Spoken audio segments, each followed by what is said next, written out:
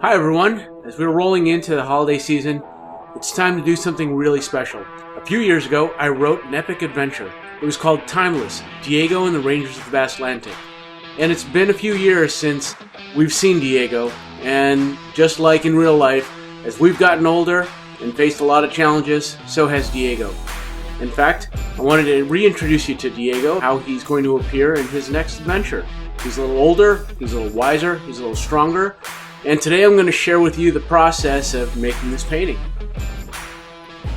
This is Diego, and I hope you'll join me for a look at how he was painted, created, and maybe learn a little bit about his new adventure along the way.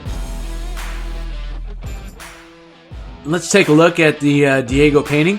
Now, he started off as a pencil drawing, and this is a coal erase pencil on vellum. I took the drawings and then I scanned it into the computer, and this is where we start. All right. Now, when I'm working in traditional oil or an acrylic, or a lot of times what I like to do is I like to tone back the canvas, knock out the white color of the canvas, and this is in part to allow me to see the values, and it also allows me to sort of get a better gauge on the color as I start working with color.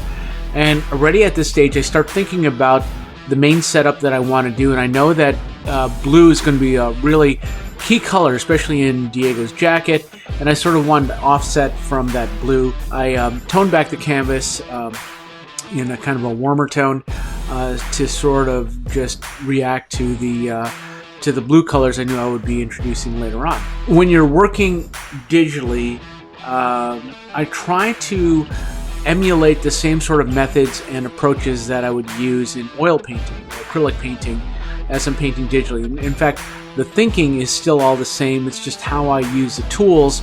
The tools are different, but the end result is the same in terms of process. Because this is a digital painting, one of the things that I like to make use of is the fact that I can separate the line drawing from the canvas and have the line drawing readily available to sort of check the drawing within the painting. So what you're seeing here are flat colors that have sort of been painted on the canvas layer beneath the drawing. And then later on I can turn on the drawing and sort of check and see how it's coming together. And this is an example of flat color beneath the sort of sepia tone coal erase pencil, and we're seeing them sort of combine. Now at this stage I'm going to start adjusting the values, and since there's backlighting happening to the character, I've sort of deepened the shadow values, the darker values, and I'm accentuating the main kick of light that's coming from behind him and striking the sort of the left side of the illustration.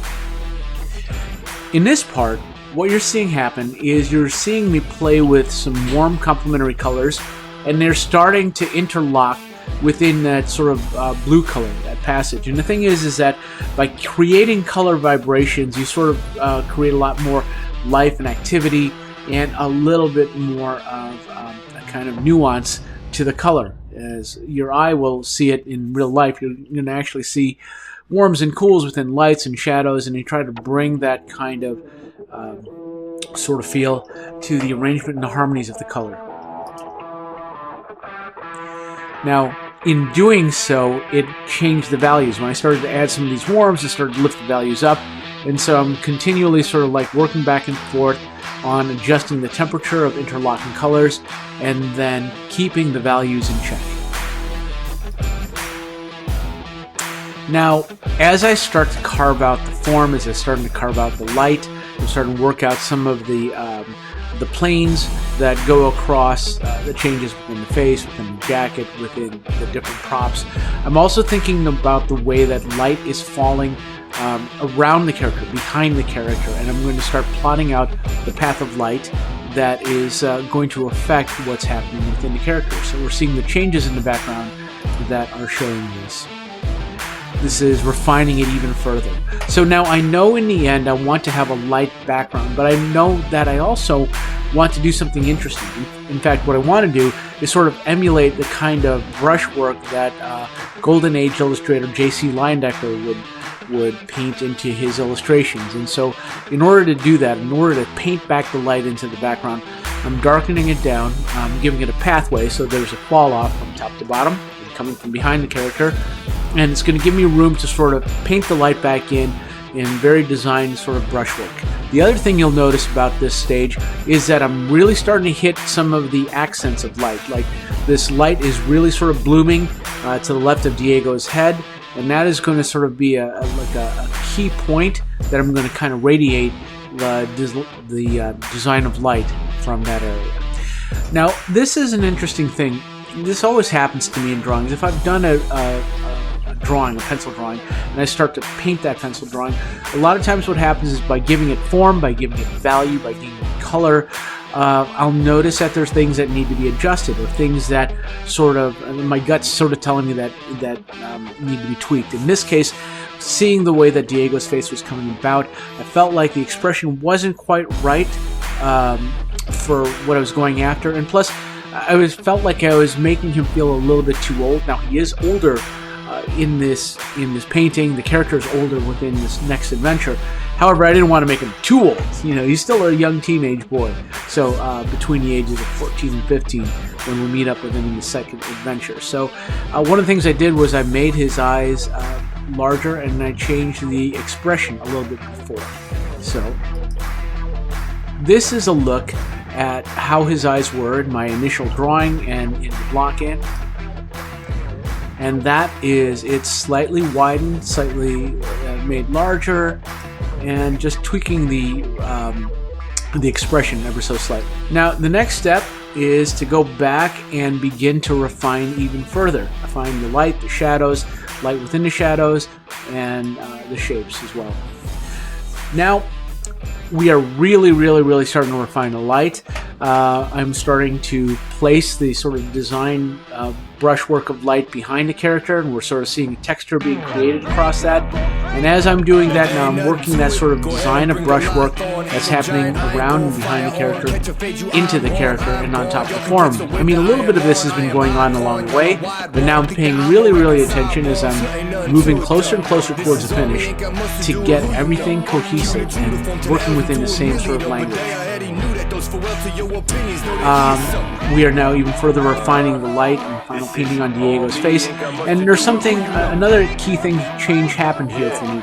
And that was, I decided that I wanted to change the shirt that Diego was wearing from that sort of orange shirt into something that was harkening back to the shirt, one of those iconic shirts that we've seen him wear in Timeless Diego and the Rangers of the Vast Atlantic from the first story. And so I gave him back that shirt beneath his jacket, as well as refining his face and some of the smaller details. Now, in this stage, we're really starting to bring it on home. I'm really now going back again and reintroducing some warm light that's sort of reflecting back into the shadows, reflecting back into the forms. And I take this opportunity at this stage to redesign the boots that I had on Diego. Now, the original boots were based on the kind of crewman you might find on a World War II bomber, like a Liberator or a B-17. And they were big, they were thick, and they were insulated. And after I started painting, I started thinking, you know what, it's not really the right kind of feel. I kind of have Diego as a sort of fighter pilot looking character. Decided to give him a pair of boots that sort of more reflected him.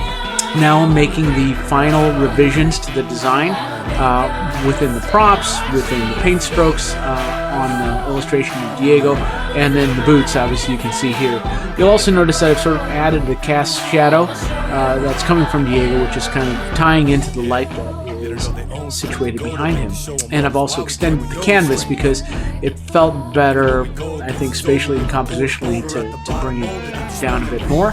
And that's the final painting. And a sneak peek into the thought processes and the things that I consider as I'm painting character paintings and working up illustrations for the Timeless 2 adventure.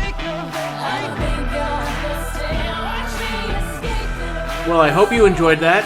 We look forward to seeing you again in the new year. And if you haven't yet already, please give us a thumbs up and hit the subscribe button. Take care.